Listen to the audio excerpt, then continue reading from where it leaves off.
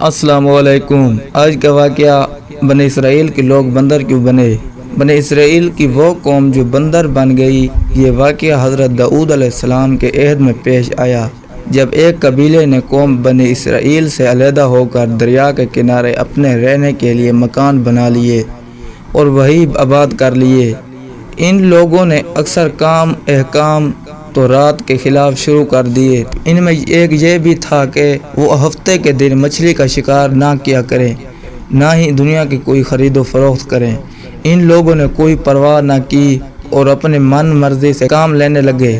جب اس قوم نے اللہ تعالیٰ کی نافرمانی شروع کی تو پھر ان کی آزمائش کے واسطے اللہ تعالیٰ نے دریا کی مچھلیوں کو حکم دیا کہ ہفتے کے دن دریا سے نکل کر ساحل پر آ کر اپنے کھیل کود میں مشغول رہیں اور باقی دنوں میں دریا میں جا رہے ہیں۔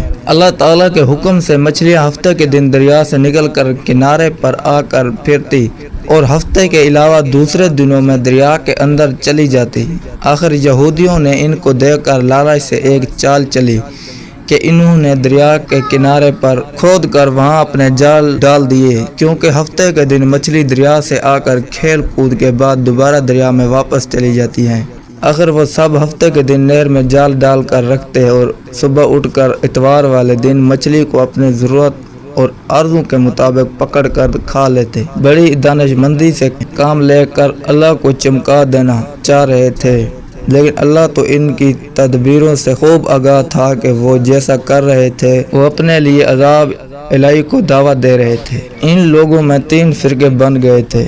ایک تو ان میں وہ لوگ تھے جو شکار کرتے تھے، دوسرے لوگ وہ تھے جو باز آ گئے تھے، اور تیسرے کو نافرمانی سے برابر اور دوسروں کو نافرمانی سے برابر منع کرتے تھے، اور تیسرے وہ تھے جو منع کرنے سے تھک گئے تھے اور منع کرنا چھوڑ دیا تھا۔ تو اللہ کے عذاب کا دن آ پہنچا۔ ایک دن صبح کو اٹھے تو دوسروں کو آواز تو دیوار پر چڑھ کر دیکھا کہ ہر گھر بندر ہی بندر نظر آ رہے ہیں، اور ان کی کیفیت یہ تھی کہ وہ آدمی کو پہچان کر اپنی قرابت والوں کے پاؤں پر اپنا سر رکھتے ہو اور پاؤں چاٹنے لگتے۔ بالآخر وہ اپنے برے حال سے 3 دن میں سب کے سب مر گئے۔